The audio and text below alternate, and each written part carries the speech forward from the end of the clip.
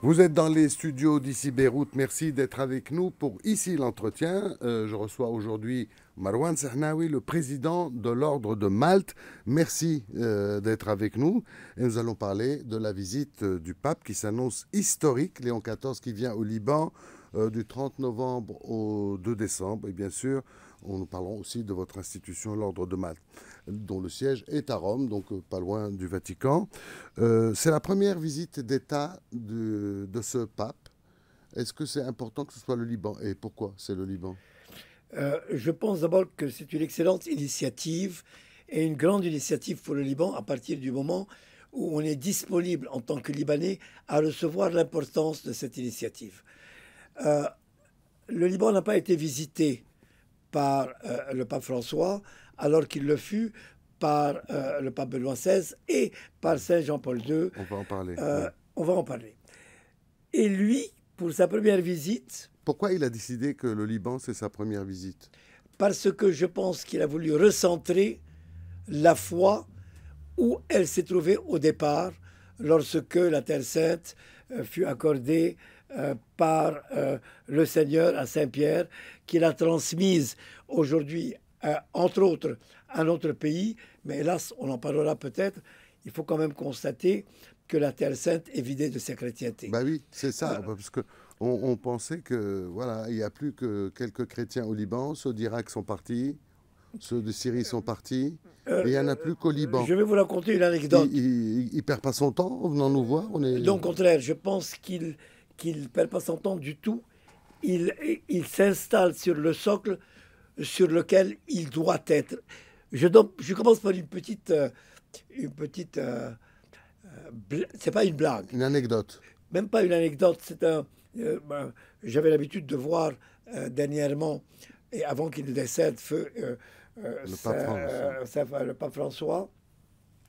Et un jour, je lui dis, est-ce que vous êtes Saint-Père superstitieux? Il me dit, pourquoi vous me posez cette question?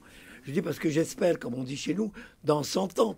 Mais votre voyage le plus proche du siège où vous êtes, c'est quand même la visite à notre Seigneur. Et lorsque vous arriverez là-haut, moi je pense que notre Seigneur est quand même l'expression de l'humilité, de la bonté, de la générosité, de la simplicité. Et il va vous dire, François, en vous prenant par la main, allons faire quelques pas. Et c'est ce que vous disiez au pape François. Ce que je disais au pape François. Il m'a dit, d'accord, jusqu'à présent, je ne vois rien d'anormal. Oui. Je dis, oui, mais moi, je vois quelque chose qui risque d'être embêtant. Il me dit, quoi? Je dis, pendant votre balade, il va vous poser une question qui est toute simple. Et je crains que vous n'ayez pas la réponse. Il me dit, quelle est la question? Il va vous dire, qu'avez-vous fait de mon peuple? Son peuple, c'est la Terre Sainte, où aujourd'hui, au Liban, il reste une poignée de chrétiens accrochés à leur sol, alors que en Jordanie, il n'y a plus de chrétiens. En Palestine, n'en parlons pas. En Israël, encore moins. Et en Irak et en Syrie, non plus, où il y a un nombre, mais qui ne peuvent plus intervenir sur le développement social de leur pays. Qu'avez-vous fait de mon peuple? Oui, mais C'était embêtant comme réponse, n'est-ce pas? Eh bien, il aurait dû venir alors. Il n'est pas venu. Eh ben voilà. Et alors, le pape Léon XIV, plusieurs dirigeants internationaux lui ont déconseillé de venir, vu la situation dont nous avons la joie, que nous avons la joie de vivre. Écoutez, c'est très bien qu'il lui ait déconseillé, parce que c'est encore mieux qu'il n'ait pas écouté leurs conseils. Ça veut dire qu'il est courageux, non? Ça veut dire tout simplement qu'il a la foi. Il a la foi et la compréhension que le Liban est ce qui reste d'une terre sainte largement amochée, et qui plus est, est un modèle de demain. Parce qu'il ne faut pas oublier que Saint Jean-Paul II a très bien défini, au moment où on voulait disloquer le Liban, en disant le Liban est un message pour le monde. Or, ce message pour le monde est disloqué. Il faut qu'il se maintienne parce que la coexistence et la salvation, quelque part, d'un monde que nous souhaitons en paix. Vous pensez, parce que tout le monde a en mémoire la visite de Jean-Paul II qui était vraiment hypnotique, si on peut dire, et mystique, avec la célèbre phrase « Le Liban est un message ». Est-ce que vous pensez que Léon XIV, sa visite aura le même type d'impact sur le Liban, sur la région, sur l'avenir du Liban? vous me posez une question où il faut essayer de deviner ce que je vais vous dire. J'ai pas fait exprès. Hein. Ce que je vais vous dire, c'est que on ne peut pas décider aussi facilement de la volonté de Dieu. Il y a un destin. S'il est là, ce n'est pas par hasard. Pour moi, c'est providentiel. Pourquoi est-ce providentiel?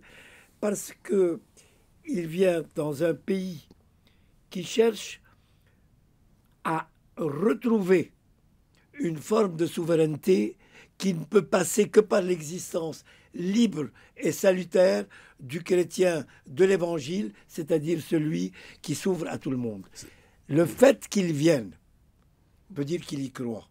S'il y croit pour un pape, c'est que quelque part, cela lui a été inspiré d'en haut. D'accord. Et est-ce qu'au-delà de ça, il va y avoir une portée politique à cette visite? Certainement. Tout est politique. Oui, mais est-ce que la politique a jamais construit quelque chose depuis de nombreuses années dans notre pays? Voilà 55 ans que nous souffrons. Voulez-vous m'expliquer où est-ce que la politique a été active pour transformer une série de tribus en une nation? C'est très vrai. Et quand on voit son programme, on sent deux choses. Il va à Anaya voir le Marshall, oui. Il va à Harissa voir les jeunes, à Abkerke aussi, et après il vient à Place des Martyrs, juste à côté ici, pour des rencontres interreligieuses. C'est-à-dire, on a l'impression qu'il vient trois choses. Un, en pèlerinage. Deux, voir les jeunes. Et trois, le dialogue intercommunautaire. C'est un peu ça. C'est tout à fait vrai. Encore faut-il donner corps à tout cela. Quand il va aller à Saint-Charbel, je pense qu'il va peut-être, Saint-Charbel qui est dans le monde, il va peut-être transformer ce site, Anaya de Saint-Charbel, comme un lieu de pèlerinage international. Mais il l'est déjà. Oui, mais c'est une déclaration peut-être qui sera faite.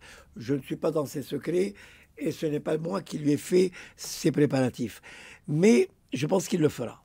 Quant au dialogue interreligieux, c'est bien. Mais est-il ancré véritablement au-delà de la surface de cette nature de dialogue? Je pense qu'aujourd'hui, le Liban doit l'ancrer. Encore une fois, les paroles s'en vont. L'action est celle qui compte. Et aujourd'hui, je vous en parlerai plus tard, en disant quelques mots simplement sur l'ordre pour vous montrer comment on ancre une action. Oui. Et derrière tout ça, les jeunes ont besoin d'espérance. Ils s'en vont, les jeunes. Ils ont donc besoin d'espérance. Ils ont donc besoin de foi. Et ils ont donc besoin de croire que ceux qui aujourd'hui représentent cette classe moyenne qui a tout perdu avec la confiscation des biens, au-delà des souffrances humaines, ils ont besoin de croire qu'il peut exister dans ce pays une espérance pour leurs enfants. Pour eux, il y a déjà beaucoup de temps qui a passé. Et pour ça, je pense que sa venue est essentielle. Alors, il y a une portée politique, on a dit. Quelles sont les conséquences? Est-ce que dès qu'il va monter le 2 décembre dans l'après-midi dans l'avion, on referme la page et on repart dans nos disputes et nos libaniaiseries? Mon cher Marc, vous connaissez ce pays peut-être un peu moins que moi, parce que simplement pour des questions d'âge. Je suis sûr qu'intellectuellement, peut-être que vous l'avez démembré mieux que moi, mais quelque part, on a eu un saint qui est venu, suivi d'un grand pape, même s'il était plus difficile d'accès sur le plan charismatique. Qu'est-ce qui a changé? Leur message, il y a leur voix qui résonne encore. Qui résonne encore, même depuis Paul VI. Aujourd'hui, il va certainement, dans un moment très ambigu de notre vie, il va savoir porter les messages, non seulement aux Libanais, de toute confession, mais aussi aux jeunes, pour leur dire, ne désertez pas ce qui vous a été offert. Restez, croyez, battez-vous. Comme disait d'ailleurs Franklin Roosevelt, je le cite, puisqu'on va reciter l'Évangile. Il disait, la seule chose à craindre, c'est la crainte elle-même. Oui. Et donc, c'est important. Mais en plus, il va visiter la souffrance et l'handicap, puisqu'il va aller chez les Sœurs de la Croix. Et vous allez évidemment le rencontrer. Oui, c'est sûr. Qu'est-ce que vous allez lui dire? C'est-à-dire, si vous dit, allez, tu as 5 minutes pour me parler, vous aurez beaucoup plus, hein, je sais. Je vais lui dire, Saint-Père, vous avez un peuple qui, sans savoir encore assembler les croyances dans une foi, qui est la foi d'une nation, vous avez un peuple qui est en capacité de se régénérer pour devenir un exemple pour le monde. Il est petit, il est dans un espace clos où il y a 18 communautés qui, quelque part, doivent ensemble construire un monde meilleur. Il y a une épreuve à faire. Aider ce monde à comprendre qu'ils sont destinés à vivre l'épreuve pour qu'un jour, le monde connaisse l'espérance et la paix. Le Liban peut être le modèle. Alors, le seul moment non médiatique de sa visite, ça va être son recueillement devant le port. Pourquoi? Pourquoi c'est pas médiatisé? Pourquoi? Écoutez, alors que c'est une souffrance je vais très vous dire une médiatisée. chose. La médiatique, Oui. c'est pas obligatoirement du bruit. Oui. Vous savez, on a un adage que nous aimons bien dans l'ordre. Le bruit ne fait pas de bien et le bien ne fait pas de bruit. Un silence devant la souffrance de ceux qui sont partis et de ceux qui sont restés par la première autorité chrétienne dans le monde, à mon avis, vaut mieux qu'un grand discours. Et est-ce que ça va changer quelque chose, cette visite, pour vous, l'Ordre de Malte? Parce que vous êtes implanté partout, vous avez une trentaine de centres médico-sociaux dans le pays, des cliniques mobiles, des programmes d'aide alimentaire, de soutien aux personnes âgées, projets agricoles. Je vais vous répondre. Il peut vous donner des sous, par exemple, de l'argent? Je ne sais pas ce que je vais lui demander. D'accord. Je vais vous dire une chose. Peut-être tort, ils ont de l'argent au Vatican. Peut-être il le donnera à ceux qui peut-être ne savent pas en trouver ailleurs. Oui. Nous, notre job dans ce pays, je corrige simplement une petite chose, on a 64 activités sur l'ensemble du territoire libanais. C'est pareil. Nous traitons avec l'ensemble des communautés parce que ce qui nous intéresse, c'est je ne te demande ni ta race, ni ta couleur, ni ta religion, quelle est ta souffrance. Et quelque part, nous sommes de l'extrême sud à l'extrême nord et nous cherchons à être totalement dans la transparence parce qu'il faut savoir que beaucoup de gens aiment ce pays. Beaucoup de gens veulent l'aider, mais ils ne l'aideront que sur base d'une transparence. Et aujourd'hui, vu que nous sommes au fond du trou, la médiocrité ne paye plus.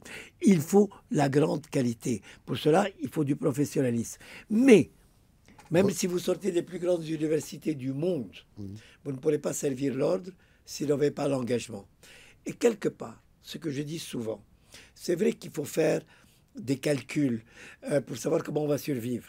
Oui, parce que tout ça, l'aide, l'humanitaire et le social, ça coûte beaucoup d'argent quand même. Mais il faut commencer, et il n'y a pas beaucoup d'argent. Il faut commencer par aimer et il faut commencer par avoir le courage de la foi.